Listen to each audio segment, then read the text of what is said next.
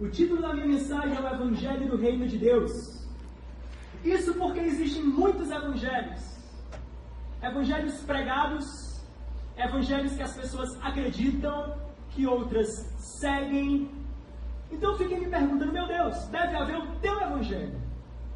O evangelho que Jesus de Nazaré pregou. O evangelho que é simples. Porque nós temos a tendência de se apartar daquilo que o apóstolo Paulo chamou de pureza do evangelho. Então eu penso, por que não voltar às palavras de Jesus e entender o que o evangelho significa? E eu quero aqui já colocar a premissa de que o evangelho é o evangelho do reino de Deus. Eu quero meditar com você nesse texto de Lucas 4 e realmente oro para que o Espírito Santo possa encher os nossos corações de um desejo de viver por esse evangelho, nesse evangelho, para a glória desse evangelho. Aqui em Lucas capítulo 4, Jesus está no início do seu ministério. O primeiro sermão que ele prega. E nesse primeiro sermão ele escolhe criteriosamente um texto. Isaías capítulo 61. O texto que Jesus leu, retirado do livro do profeta Isaías, refere-se a Isaías capítulo 61. O Espírito do Senhor está sobre mim e ele me ungiu para. Esse texto do livro do profeta Isaías era muito conhecido das pessoas daquela época. Era um texto que as pessoas entendiam ser uma profecia messiânica, ou seja, ele apenas seria cumprido de forma definitiva quando o Messias, o ungido de Deus, enviado por Deus, viesse e trouxesse o reino de Deus. Portanto, quando Jesus pronuncia essas palavras e em seguida ele diz às pessoas que estavam ouvindo a ele, aqui em Lucas 4 ele vai dizer, no versículo 21, hoje se cumpre as escrituras que vocês ouvem. Ele está fazendo uma afirmação aqui categórica. Lucas 4,16. Jesus está deixando claro para todos, eu sou o Messias do qual os profetas falaram. Isaías 61. Eu sou o ungido de Deus do qual os profetas falaram. Eu sou aquele que Isaías falava sobre. Eu, Jesus. Ponto final. Interessante. O reino de Deus é o centro da mensagem de Jesus. A Bíblia fala, Mateus, o evangelista Mateus, ele diz que no começo do seu ministério na Galileia, a região sul da Palestina, a região norte da Palestina, Jesus ele vai começar a proclamar o reino. A pregação de Jesus era simples. Arrependei-vos, pois é chegado o reino de Deus. Não tinha 3 pontos, 4 pontos, conclusão bonita. Era uma ponto só. Arrependei-vos, pois é chegado o reino de Deus. João Batista, intercessor de Jesus, já havia dito as mesmas palavras. Mateus capítulo 3. João Batista proclamava no deserto da Judéia, arrependei-vos, pois é chegado o reino de Deus. Ou na linguagem de Mateus, o reino dos céus. Portanto, Jesus depois, quando ele escolhe 12 e me envia esses 12, ele tem uma ordem. Imagina que ele pega esses 3, 6, pronto, esses 12 aqui, e envia. A Bíblia fala que Jesus enviou esses 12 para curar enfermos, libertar pessoas oprimidas e para proclamar que o reino de Deus estava chegando. Depois ele envia 70, Lucas capítulo 10, fala que Jesus envia 70 discípulos. Ele pega mais 70, 12 não foi suficiente, pega 70. Envia 70 para fazer o quê? Curar enfermos, libertar pessoas oprimidas. E então, anunciar que o reino de Deus está chegando. Ou melhor, que o reino de Deus já chegou. O reino de Deus está sobre nós. Chegou a nós. É chegado o reino de Deus. Afinal de contas, o que é esse reino de Deus? O que é o reino de Deus? A Bíblia que nós temos aqui, ela entende a história da humanidade pelo seguinte viés. Ela entende que o homem foi criado perfeito. Em perfeita harmonia consigo, em perfeita harmonia com os outros, em perfeita harmonia com Deus. Até o momento, lá em Gênesis capítulo 3, que o homem decide se rebelar contra Deus. Romper com a autoridade de Deus. Sair de debaixo do governo de Deus. Quando o homem peca, quando ele come da árvore do conhecimento do bem e do mal, ele está arrogando para si autonomia. Ele está dizendo assim, Deus, eu não preciso de ti. Se eu conheço o bem e o mal, conheço tudo, não preciso de ti. Não preciso de ti. Não preciso de ti para ser feliz, não preciso de ti para progredir na vida, não preciso de ti para planejar, sonhar, projetar, não preciso de ti para crescer, não preciso. Não preciso de ti. O pecado foi isso, a tentativa do homem, e ainda é até hoje, A tentativa do homem de construir uma vida à parte de Deus, fora do governo de Deus. Portanto, toda a criação sentiu o peso da consequência desse pecado. Deus, mesmo sendo o governante de direitos de todas as coisas, porque você concorda comigo, se Deus é o criador de tudo, Ele tem direito de governar sobre tudo, concorda? Se você concorda, diga sim. Sim. Pronto. Preciso do seu feedback. Se Deus, portanto, é o governante de direitos, tem o direito de governar sobre tudo, por que quando eu olho nos noticiários, eu ouço falar que lá em Brasília a corrupção está tomando de conta? Deus não está reinando lá. Por que quando eu leio a notícia de que Fortaleza é a sede, por sei lá qual, posição, colocação, entre as mais violentas metrópoles do mundo, por que isso acontece? Deus não está reinando assim em Fortaleza, como deveria. Ele tem o direito de reinar sobre Fortaleza, mas Ele não está reinando de fato. Não está reinando de fato. As coisas não estão alinhadas com a vontade dEle. Quando eu vejo as comunidades marcadas pelo tráfico, marcadas pela fome, marcadas pela desigualdade social, Deus não está reinando nessas comunidades. Deus não está reinando na nossa casa. Quando o diálogo acaba em briga e a briga tem que ser vencida na base da gritaria. Não dá. Deus não está reinando lá onde a gente trabalha, se as pessoas precisam tirar o tapete umas das outras para poder passar, para ganhar uma promoção, para fechar um contrato. Deus não está reinando. Você precisa de passar a perna para vencer, para ganhar uma comissão a mais. Não, Deus não está reinando. Porque se Deus reinasse, de fato, se Deus reinasse de fato, lá no seu trabalho só existe honestidade. Em Fortaleza só existiria paz. Em Brasília só existiria integridade. Porque quando Deus reina, justiça, paz, misericórdia, compaixão imperam. É isso que acontece quando Deus reina. Portanto, quando Jesus ele começa a anunciar a pregação que eu falei, arrependei-vos, pois é chegado o reino de Deus, o que é que ele está dizendo? Em outras palavras, ele está dizendo o seguinte: ouçam todos vocês. Deus está aterrissando aqui na história, através de mim, Jesus Cristo. E Ele está reivindicando o governo sobre tudo e todos. Afinal de contas, Ele tem o direito. Ele está reivindicando o governo sobre tudo e todos, porque Ele tem o direito. E, portanto, quem entender isso, quem entender essa mensagem, largue a antiga forma de viver, os antigos valores, seus sonhos, projetos, planos pessoais, e venha e se submeta ao reinado de Deus, se submeta ao governo de Deus. Diga para o Senhor: o teu sonho é o meu, o teu plano é o meu, o teu projeto é o meu. É isso que Deus está falando. É isso que Jesus estava pregando. Arrependei-vos, pois é chegado o reino. Venham e se submetam ao senhorio de Deus, porque Ele não está lá longe. Ele parou. Ele está intervindo na história. Ele está convocando quem quiser, cansados e sobrecarregados, quem for, vem, e se submetam ao senhorio e ao reinado de Deus.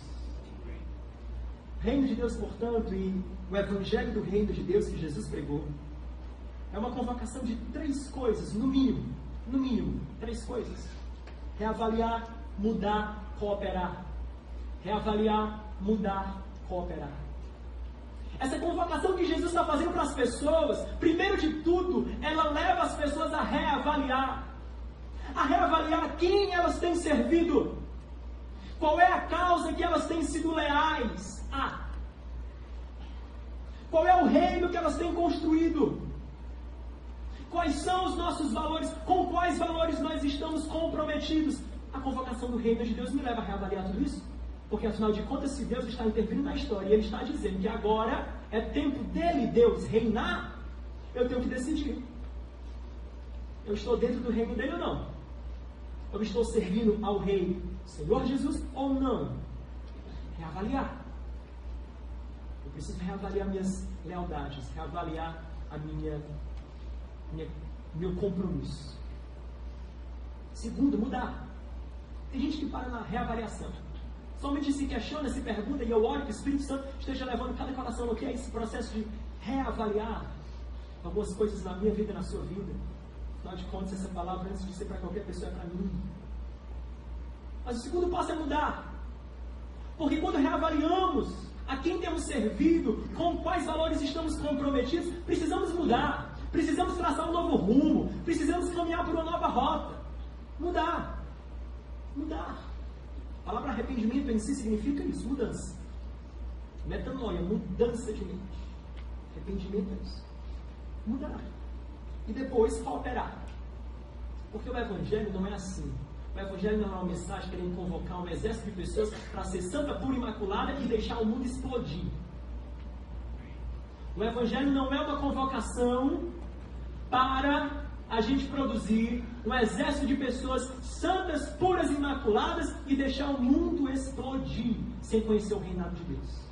É uma convocação para cooperar. Cooperar com quem, meu querido? Cooperar com Deus. Cooperar com Ele. Cooperar com Deus. Efésios capítulo 1, versículo 22 e 23. Eu acho esse texto muito precioso. Para mim, talvez, se você pegasse um versículo do Novo Testamento que fala da missão da igreja, a nossa missão enquanto igreja, eu diria Efésios 1, 22 e 23. Porque diz assim, que Deus, 22, Deus colocou todas as coisas debaixo dos seus pés. Dos pés de quem? Jesus.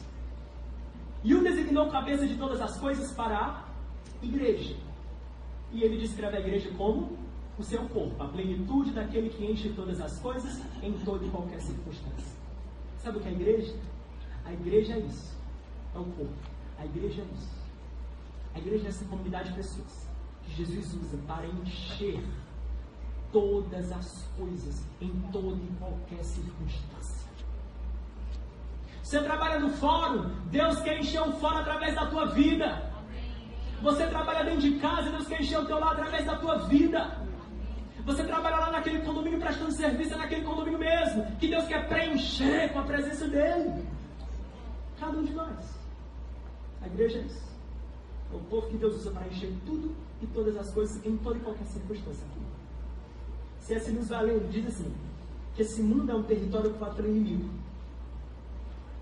O cristianismo é a história de como o rei por direito desembarcou, disfarçado em sua terra, e nos chama a tomar parte numa grande campanha de sabotagem.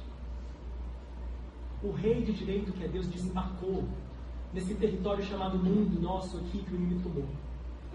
Mas ele está convocando a mim, convocando a você a entrar com ele nessa campanha de sabotagem. Ou seja, a retomar o governo que é de Deus para Deus, a retomar a cultura que pertence a Deus para Deus, a retomar as comunidades que pertencem a Deus para Deus. Essa é a nossa missão. Essa é a nossa missão.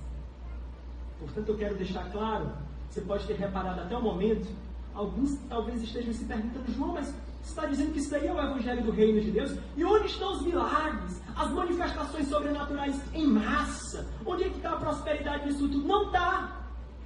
Não está. Exatamente porque não é o Evangelho. O Evangelho não é barganha, não é degrau para a prosperidade.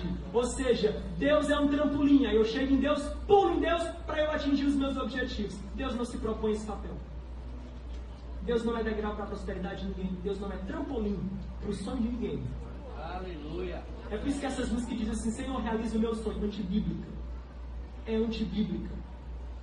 Porque Deus não é trampolim de ninguém. Não é. Estou frustrado, João. Fique não. Sabe por quê? Boa notícia. O profeta Isaías diz assim: como os céus são mais altos do que a terra, os pensamentos de Deus são mais altos do que os meus.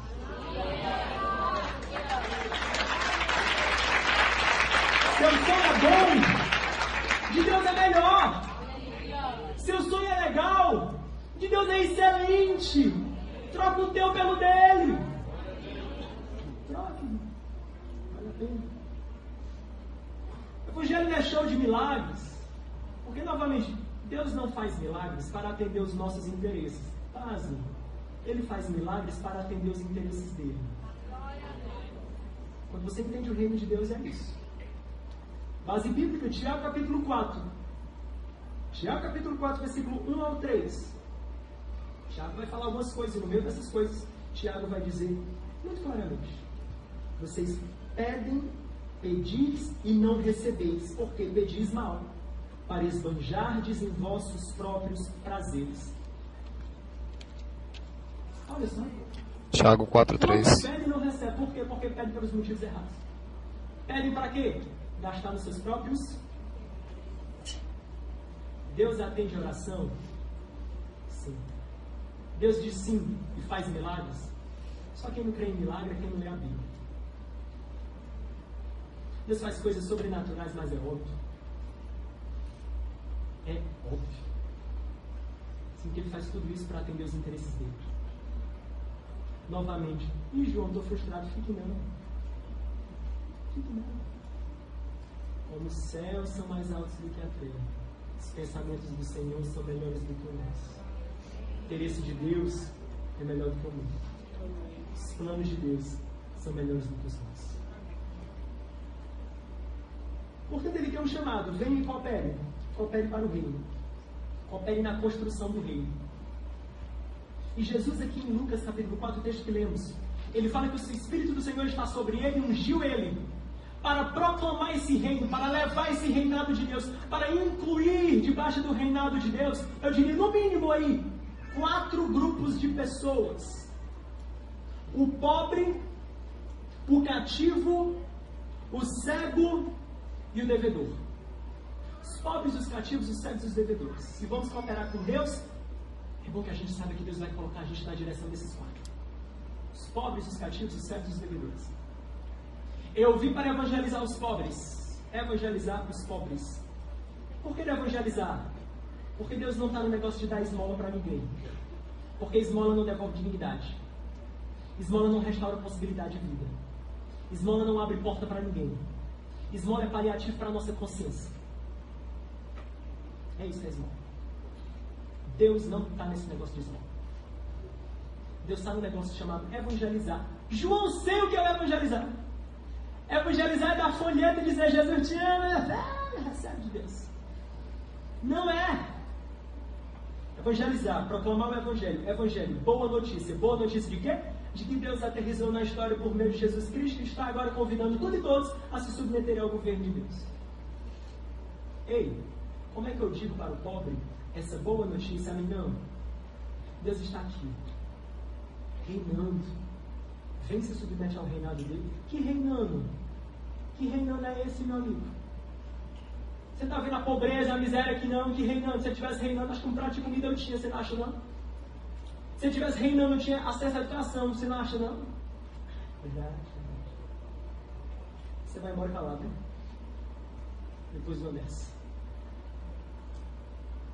Não dá para proclamar a boa notícia do reinado de Deus para o pobre, apenas com folhinhos. A gente precisa colocar pão na mesa dele. A gente precisa dar instrução. A gente precisa se engajar. Isso daí não é papel de governo. Também é papel de governo. Permita minha correção. É e deve ser. Mas também é nossa, Igreja de Jesus. Também é nosso. Falar disso em ano eleitoral é extremamente relevante. Porque no segundo semestre desse ano, se eu estou certo, cada um de nós vai estar de frente àquela urna, teclando alguma coisa lá para eleger algum indivíduo. E a gente vai fazer pelo quê, meu irmão? A gente vai fazer porque ele é nosso primo, a gente vai eleger ele porque ele é culpado de não sei quem, a gente vai eleger ele porque ele me ajudou a pagar a parcela da Kombi. Por quê? Coloque suas causas do lado e abrace a causa de Deus. A causa de Deus é manifestar o reino para esse pobre aí, que precisa de gente se erguendo por ele. Nós precisamos eleger gente que tem integridade, honestidade. Eu quero fazer um convite a cada um de nós a conhecermos o trabalho do Instituto Vida Videira. Aí, numa das ações do ano do seu vizinho.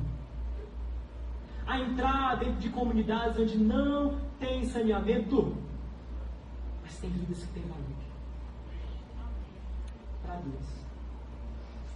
E precisam ter para nós também.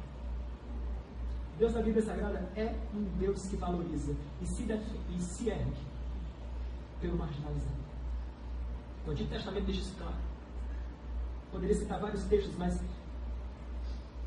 Deuteronômio capítulo 10, verso 17 e 18. O texto diz: ele defende a causa do órfão e da viúva, ama o estrangeiro, dando-lhe alimento e roupa. Deus não é o faraó do Egito. Deus não é o Deus que se identifica com os poderosos. Deus é o Deus que serve de advogado para aquele que não tem advogado, que serve como defensor para aquele que não tem quem nos defenda. Nós precisamos fazer o mesmo. Os cativos, quem são os cativos? Os cativos, quando eu olho uma criança de 6 anos, crescendo numa comunidade, marcada pelo tráfico, a violência e a prostituição. Daqui a 10 anos ele vai estar com uma arma na mão. Pode ser que ele esteja com uma arma na mão, prestes a me assaltar você ou a tirar a vida de alguém. O crime justifica? Não! Mas você há de reconhecer que eu, jovem da classe média, como é que eu posso apontar o dedo para ele? Ele não teve metade das possibilidades que eu tive, metade das oportunidades que eu tive. Será que eu não posso dizer que esse rapaz cresceu dentro de um cativeiro? Porque o que é o cativeiro senão a vida sem possibilidades, sem porta de saída? Nasceu morto, vai morrer morto, torto. Isso é cativeiro. Cativeiro é uma vida que está presa. Presa ao passado, presa à falta de base familiar, presa à falta de educação. Presa. E eu te digo mais, não tem só cativos em comunidade carente, não. Tem cativos que têm apartamento lá na beira-mar. São cativos por experiências traumáticas. Cativo pelo amor que não teve. Cativo porque está preso a uma presença paterna que ele nunca teve. Então há cativos. Os cativos, eles são problemáticos e disfuncionais. Você já vê aquele pessoal da família que você assim, agradece a Deus quando eles não vão para o almoço da família? Que é onde ele chega problema? Por favor. É só na minha família que tem. De você tá tudo normal. Tem não aquela tia doida? Sem noção. Tem um sem noção legal. Mas tem um sem noção que ele abre a boca e fere todo mundo. Tem um sem noção que ele nunca entendeu o valor que a vida dele tem e o quanto ele é amado. Ele também não sabe valorizar nem amar os outros. Cativo, está preso ao passado, preso à falta de amor. Disfuncional. A sociedade pega os cativos e ela marginaliza. Os cativos estão lá na nossa escola, viu? Lá na nossa escola, os cativos. Aquele meninozinho que ninguém fala com ele porque ele é agressivo, chato, suportável, cativo. Ele não tem o amor que teu pai te dá. Ele não tem o suporte que a tua mãe te dá. Ouça, adolescentes. O que acontece? Eles ficam sempre de canto. Faz trabalho só. Os cativos a gente marginaliza, mas Jesus liberta. Amém. E a libertação de Jesus não é assim, sai demônio, ponto final, não. A libertação de Jesus é julgar menos e amar mais. É baixar as armas e estender compaixão, graça e misericórdia para essas pessoas, para esses cativos. Fazer esses cativos enxergarem com o nosso amor, as nossas orações, a nossa misericórdia, de que há uma possibilidade, de que há uma portazinha pela qual eles podem sair desse cativeiro.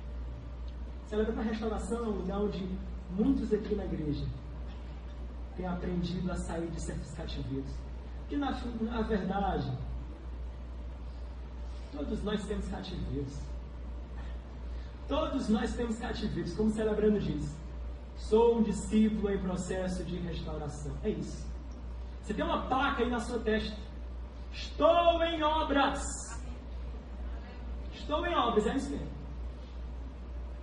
Tem lugar aí que está firme e que dá para o pessoal pisar. Mas você sabe que tem lugar aí que está um buraco fundo. Quem tocar e pisar vai cair, vai se ferir. Eu e você somos assim, de vez em quando, um campo minado. A gente tem nossos cativeiros. Nós temos. Só não assumimos. Ou pelo menos somos mais rápidos para enxergar o cativeiro dos outros. Aí Jesus diz assim, Eu vim para libertar os cativos. E vocês, que estão no reino, também, julgue menos, ame mais, ore mais, estenda misericórdia. Os cegos. Jesus curou muito cego. O Espírito do Senhor está sobre mim, Ele me ungiu para restaurar a vista dos cegos. Cego Bartimeu. A cegueira dele era física. Jesus foi lá e curou. Mas tem uma cegueira nos dias de hoje que eu acho muito mais comum do que a física. É uma cegueira chamada insensibilidade. Insensibilidade é a incapacidade de ver a realidade do outro. Quando um filho, escute filhos, olha para a mãe e diz: mãe, me dá, e suga, mas não para e vê que a mãe está preocupada, que ela está agoniada, que o coração dela está aflito. Ele não dá uma pausa no modo sugar e vai para o abraçar, para o amar. Por quê? Está cego. Está cego. Não consegue ver a realidade do coração da mãe. Relacionamentos não acabam da noite para o dia. Relacionamentos começam a acabar quando um começa a ficar cego para a frustração que está no coração do outro. Aí esse daqui começa a ficar cego para a decepção que está no coração desse outro. Aí ninguém conhece esse coração, nem mais esse, aí pronto. Vira uma bola de neve, um dia estoura. Seguido. Cegos. A paz, cegos. Teu filho está distante de você há quanto tempo?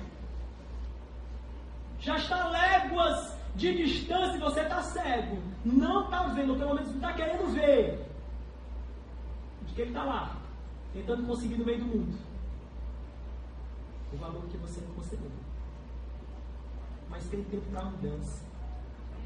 Tem tempo para recomeço. Tem tempo para reverter isso. O primeiro passo é a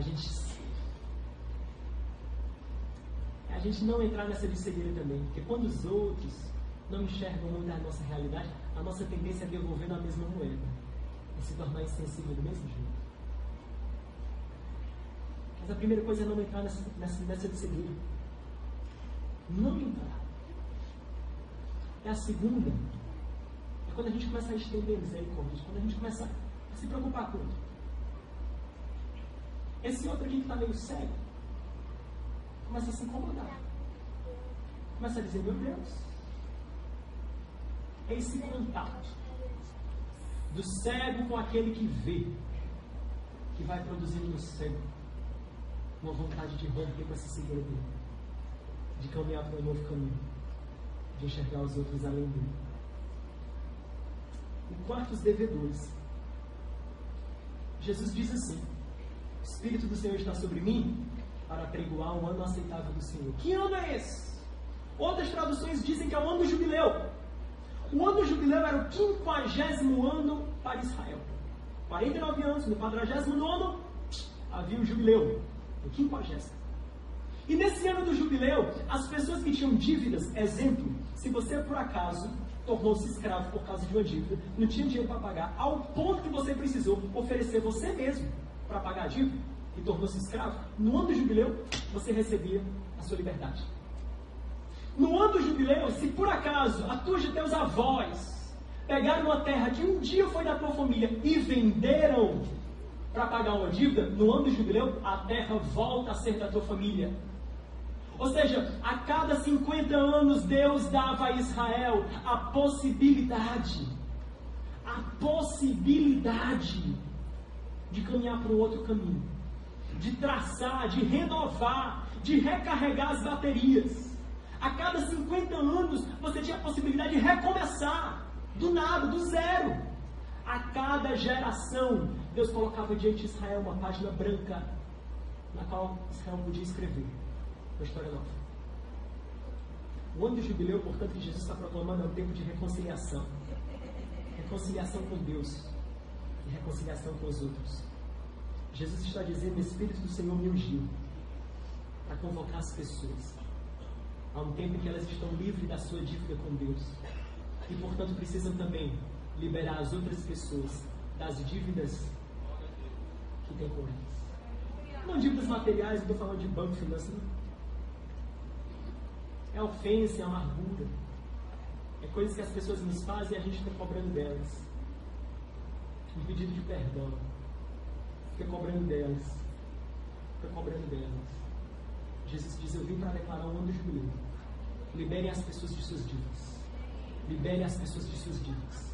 E comece a proclamar esse tempo de graça, esse tempo de reconciliação. Eu fico pensando, quando as pessoas entram em contato com a gente, qual é o retrato que elas ganham de Deus? Quando as pessoas conversam com a gente, trabalham com a gente, convivem com a gente, qual retrato elas ganham de Deus?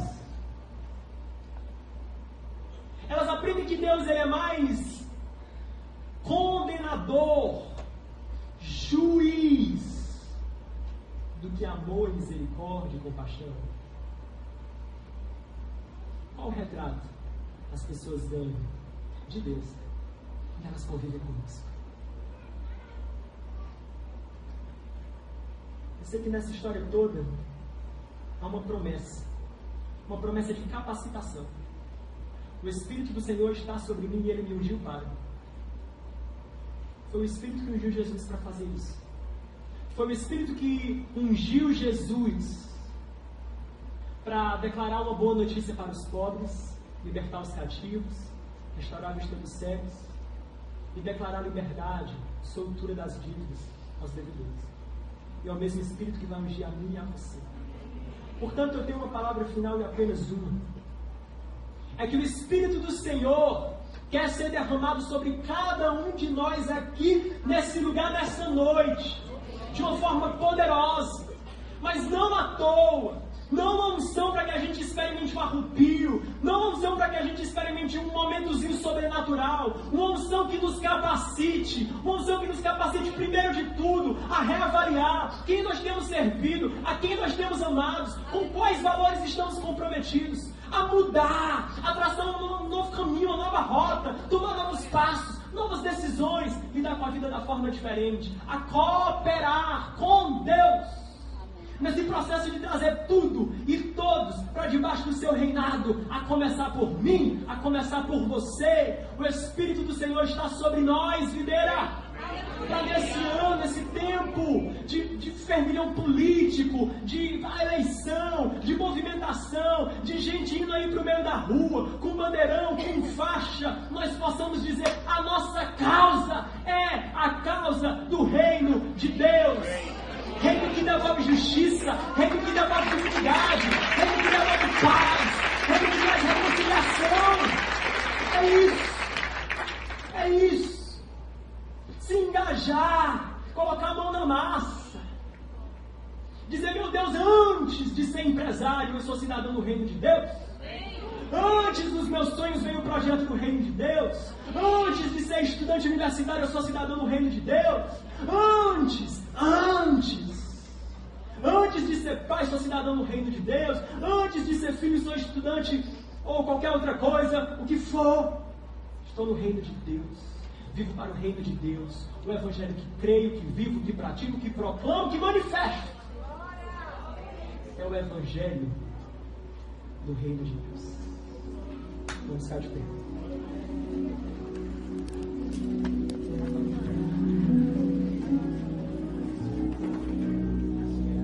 Senhor, em nome de Jesus, Espírito de Deus,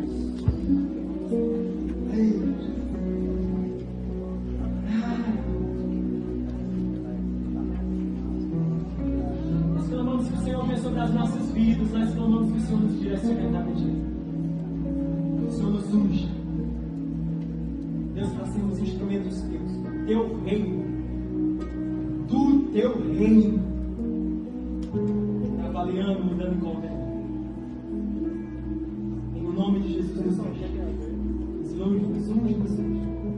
para ir em direção aos pobres, cativos, cegos e devedores, para a glória do teu nome. Senhor, bem direto para você que está aqui nesse lugar pela primeira vez.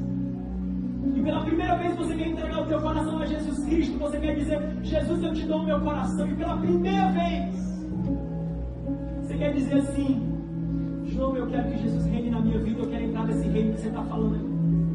Eu quero que Deus use a minha vida para manifestar o reino dele. Eu quero comprometer meu coração, minha vida com Jesus Cristo pela primeira vez. Pela primeira vez eu quero me entregar de todo o coração a Jesus.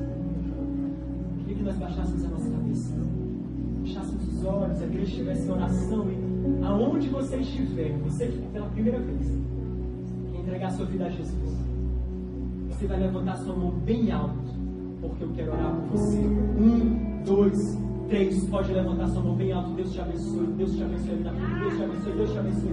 E Deus te abençoe ali no final, a 3 pessoas, Deus abençoe ali no meio, Deus te abençoe. Só porque eu sei que você levantou a mão, tem coragem, eu quero te dar um abraço e quero orar por você. Você me levantou a sua mão, sai aí do teu lugar. Veio com um parente, um amigo, parente, traz ele, mas vem aqui que eu quero orar por você, eu quero abraçar você aqui na frente. Vem aqui, que eu quero orar por você. Aleluia, os nossos voluntários ajudem. Glória a Deus, vamos abrir espaço.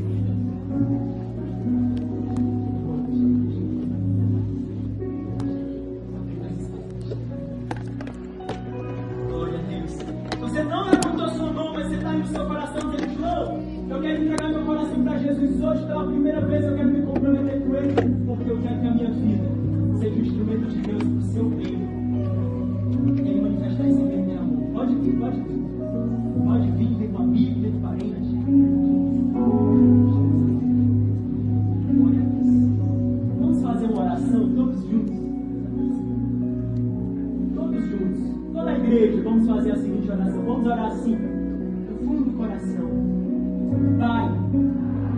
Pai, te agradeço pelo teu amor, por teu dia. Jesus Cristo se entregou por mim. Obrigado. Eu te peço, me perdoa dos meus pecados. Lava-me com teu sangue. Me dá teu Espírito Santo. Me enche da tua vida. Quero te conhecer. Eu quero andar contigo todos os dias da minha vida. A glória do teu nome. Amém. Senhor, eu te agradeço por cada uma dessas coisas. Espírito Santo de Deus, são vidas importantes para ti, preciosas para ti. Eu oro no nome de Jesus, que o Senhor marque um novo Deus. Ó Deus, que o teu Espírito Santo enche cada um deles. Enche-os com o teu Espírito Santo. Deus, direcione eles na tua vontade. O plano que o Senhor tem para cada um deles, que é bom, é perfeito, é agradável. Em nome do Senhor Jesus Cristo. Assim que nós oramos. Nós temos um presente para dar para cada um de vocês. Ainda que você já tenha 100 Bíblias em casa, vão ter 101. Que é um presente, é uma Bíblia. A gente quer dar essa Bíblia para vocês para marcar esse dia. Os nossos voluntários vermelhos vão dar essa Bíblia para vocês. E, por sinal, convidar vocês também para serem convidados especiais aqui quarta-feira, 7h30, nosso Descobrindo o Cristianismo. Tá bom? Não esqueça de fazer esse convite, eu falo. Deus abençoe cada um de vocês agora. Siga por aqui, então, para a gente dar esse convite. Glória a Deus. Deus abençoe. Amém. Aleluia. Amém. Amém. Amém.